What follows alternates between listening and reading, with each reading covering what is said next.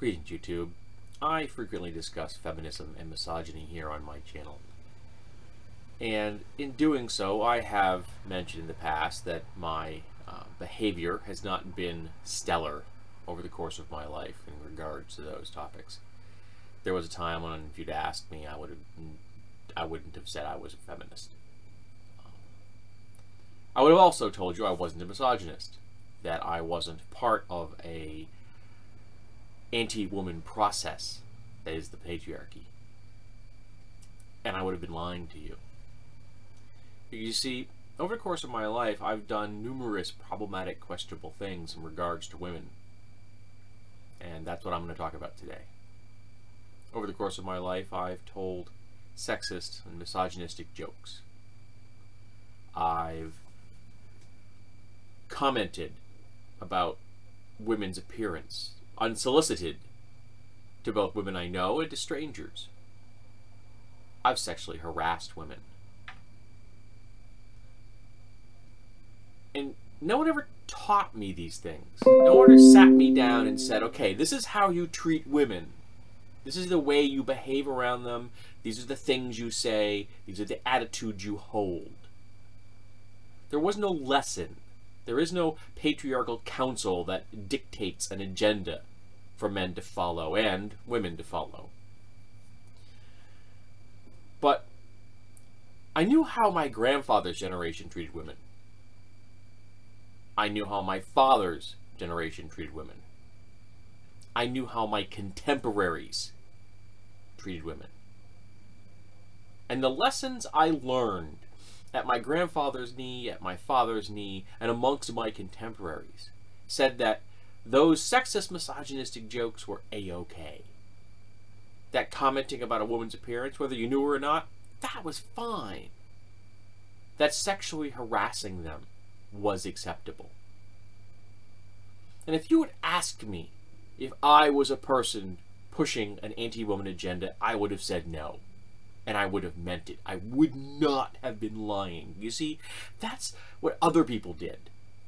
That's some other more serious, severe, horrible process than what I was doing. So what I was doing was just what I had seen everyone I knew do.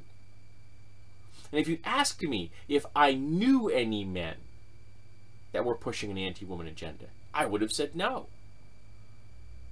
And I would have been completely honest. I wouldn't have been lying.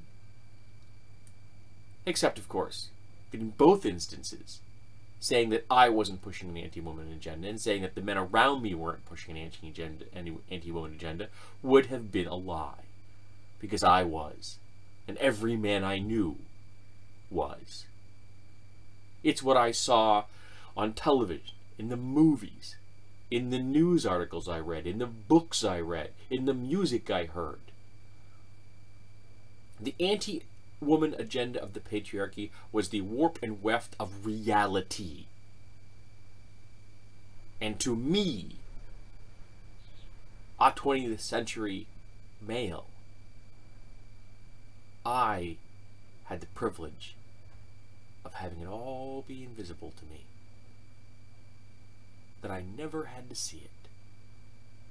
I never had to be aware it was going on. Because I thought it had no impact on me. But of course, it did have an impact on me. Because part of the lessons that I learned at my grandfather's knee and my father's knee and from my contemporaries are things like, you don't talk about your feelings. Real men don't cry. These are men's jobs. These are women's jobs.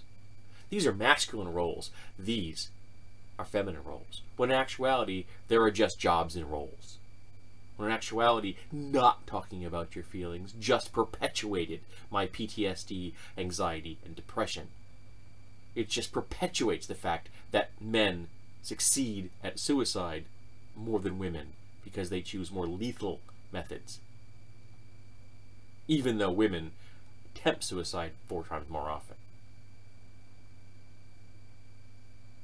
It means men end up becoming emotionally crippled and incapable of making the types of relationship bonds that they need because of the lessons we learned from our grandfathers and our fathers and our contemporaries. I had someone the other day in a thread tell me, a guy tell me, that he is yet to encounter a man that was supporting or pushing an anti-woman agenda. And that's a whole lot like when a white person tells me they've never encountered racism. No, really? You've never encountered racism because you're white? I am shocked. And it's really easy for a guy to ignore the anti-woman agenda that is the patriarchy, because its effects on them are more subtle than the effects on women. No one ever catcalled me in public. Thankfully, I can say I never actually did that. I never felt nervous walking in the dark. In fact, I felt safer outside at night on the streets than I felt in my own home. And even though my father was an abusive drunk, I wouldn't have assumed he was part of the anti-woman agenda of the patriarchy. I would have just assumed it was Ed being an asshole. But he was. He was for a very long time. It took him getting sober to realize the mistakes that he'd made. Thankfully, I never had to go down that road. Thankfully, I learned on my own, slowly, painfully,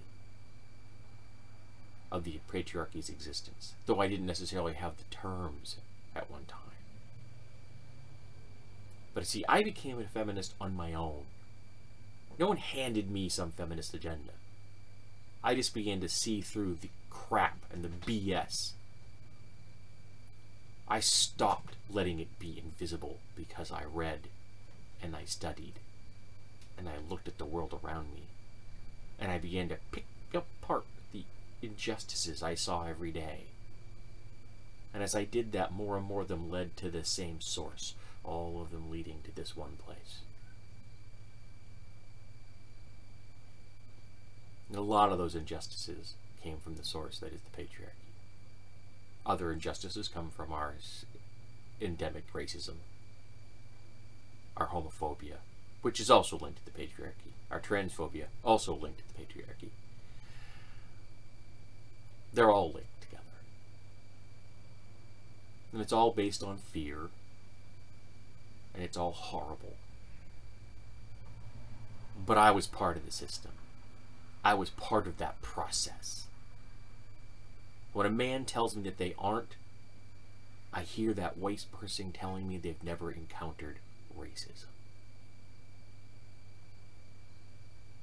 When a guy tells me he's not part of that, and he doesn't claim to be a feminist, well, I realize he just hasn't looked in the mirror long enough and hard enough.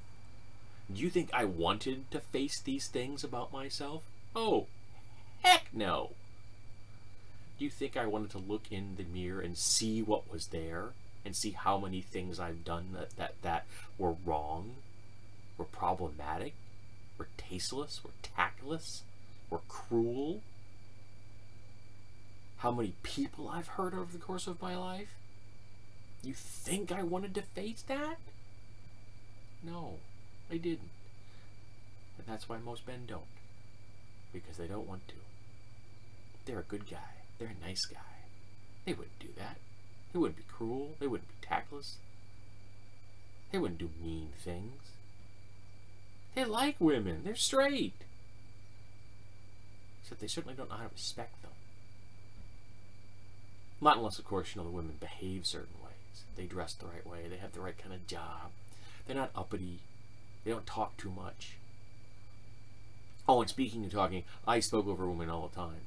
I ignored their words, because that's what I had seen my grandfather and my father and my contemporaries do. Ignore women. Speak over them. Don't respect the words they say, because, well, they're women.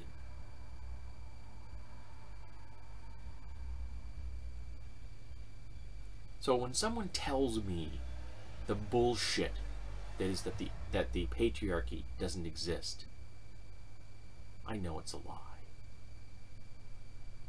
I was raised with it.